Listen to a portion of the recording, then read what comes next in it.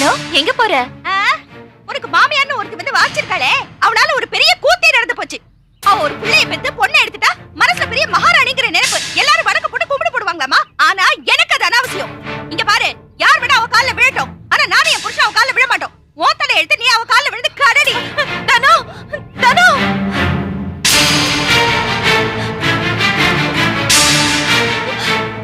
வீட்டுல ஏதோ பிரச்சனை போல இருக்கு. நான் அப்புறமா வரேன்.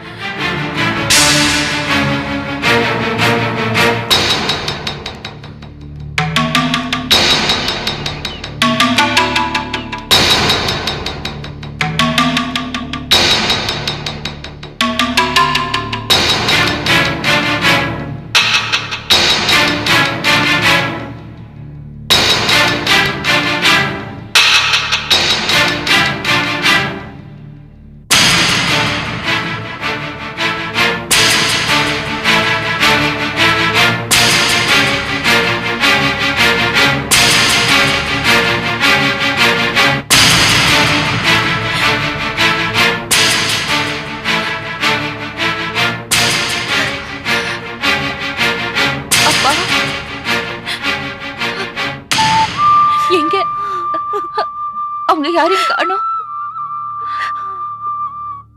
ஏதாவது பிரச்சனையா? சண்டையா? என்னன்னு சொல்லுமா? எது நடக்க கூடாதோ அது நடந்துருச்சு. உன் மாமியார் பெத்த அவனுக்கு நல்லா தெரியல. யாரையாவது திட்டுறதுன்னா அவனுக்கு அல்வா சாப்பிடுற மாதிரி.